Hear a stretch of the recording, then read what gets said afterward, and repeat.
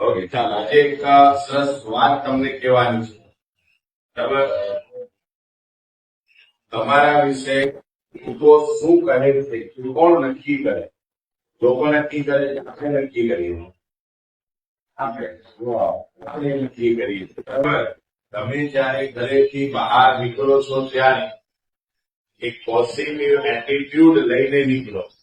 તમે જે કઈ પહેરવેશ પહેરો છો, તમે જે વર્તન મિત્રો સાથે અથવા તો સમાજના વ્યક્તિ સાથે રાખો છો, એ જ પ્રમાણે સમાજના લોકો તમારી સાથે વર્તે છે. શિવાજી મહારાજ નો ફોટો ધ્યાનમાં છે તમને?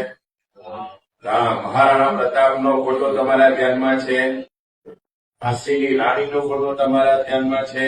અનેક રાજા મહારાજા પેશવાઓ એમનો ફોટો છે. એમના ફોટાને ધ્યાનમાં રાખો તો એક નજર વસ્તુ આપણને કે છે દેખાય એમનો પહેરવેશ કેવો એમ જોરદાર હોય, બીજા કરતા એમ અલગ હોય. બીજી વસ્તુ એવા જોવા મળે રૂઆબ, એને આજે આપણે ઇંગ્લિશમાં એટીટ્યુડ કહીએ છીએ.